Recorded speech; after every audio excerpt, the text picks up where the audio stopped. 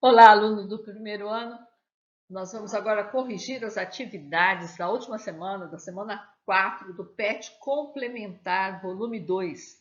Lembrando que nem todas as escolas é o mesmo PET. O assunto vai variar, vai pegar todo o finalzinho do PET normal, que é movimento circular uniforme, e vai ver um pouquinho de quantidade de movimento, de plano inclinado, de força aí, mas muito pouca coisa. Mas bom, mais movimento circular uniforme que para dar uma firmadinha mais nesse assunto. Vamos lá então? A primeira atividade aí fala um veículo de 1.000 kg, então a massa do veículo é 1.000 kg, move-se a 20 metros por segundo. Metros por segundo é a unidade de velocidade, então a velocidade dele é 20 metros por segundo.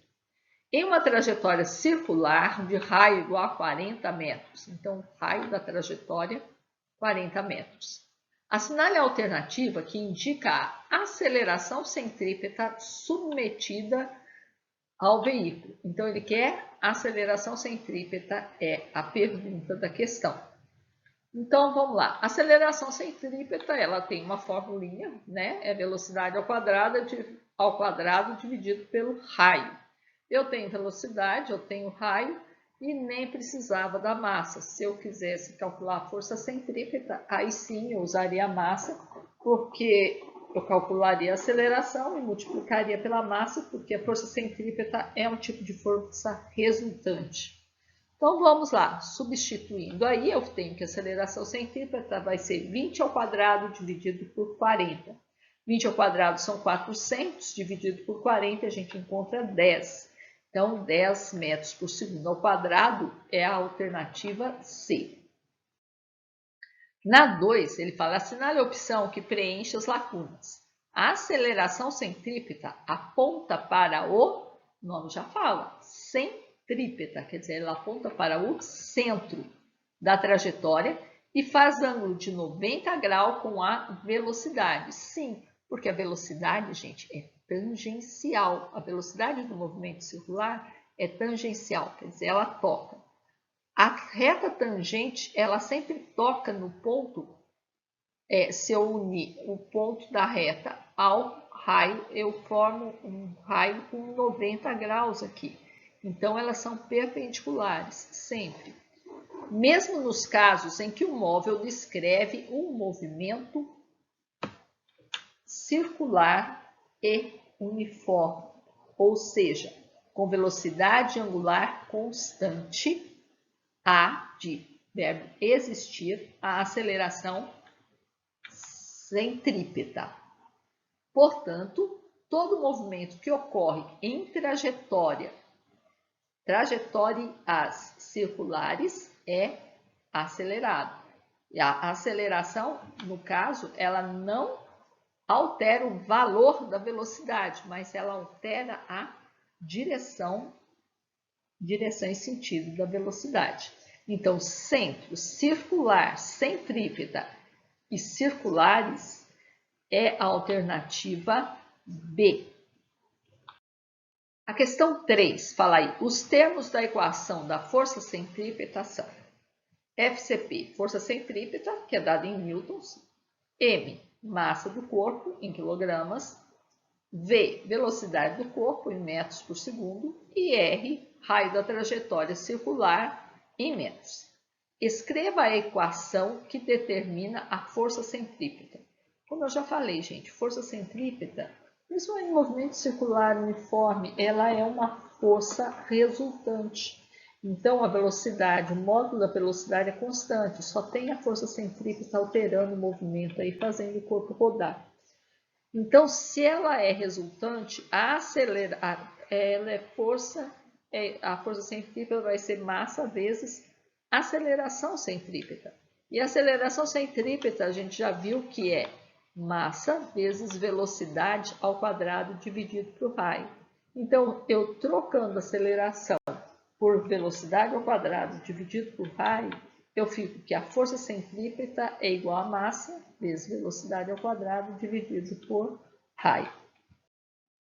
Na 4, Ele fala, o pêndulo de Newton pode ser constituído por 5 pêndulos idênticos suspensos em um mesmo suporte.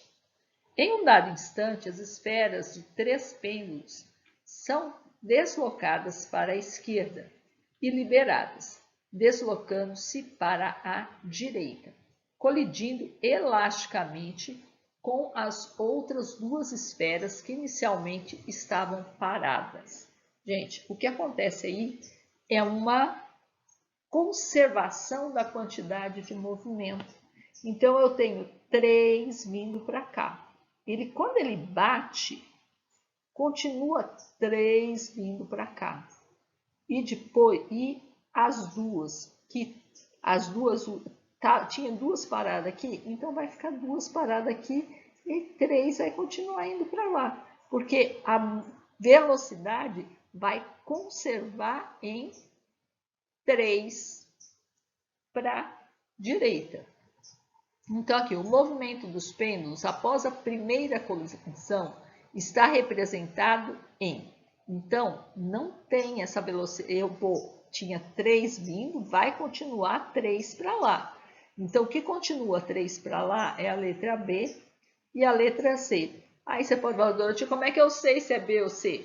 Ó, a B tem 2 com velocidade para lá. Isso não é verdade. Esses 2 não vão ficar, eles vão ficar parados após a colisão. Agora, isso aqui vai. Só que aí a gravidade vai fazer eles voltar e bater. Aí vai 3 para lá e vai ficar 2 parados. Sempre vai ter 2 parados, porque aqui no desenho original eu tenho 2 parados. Então, isso faz com que seja ali. Aqui, ó, os 2 estão em movimento. E isso não acontece. Senão, não estaria conservando, né? Então, elasticamente quer dizer que a velocidade, a quantidade de movimento conserva. Essas bolinhas têm todas a mesma massa, a quantidade de movimento é massa vezes velocidade, então não vai ter alteração. A quantidade de movimento final tem que ser igual ao inicial. Então, letra C.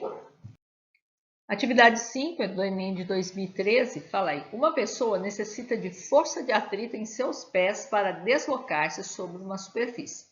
Logo, uma pessoa que sobe uma rampa em linha reta será auxiliado pela força de atrito exercida pelo chão em seus pés. Em relação ao movimento dessa pessoa, quais são a direção e o sentido da força de atrito mencionada no texto? Tem até a ilustração aí ajudando vocês. A força de atrito, ela é sempre paralela ao plano, né? Ela sempre está no sentido do plano e sempre tentando atrapalhar o movimento. No caso do andar da gente, a gente faz força contrário, a gente faz a força da pessoa é feita para trás.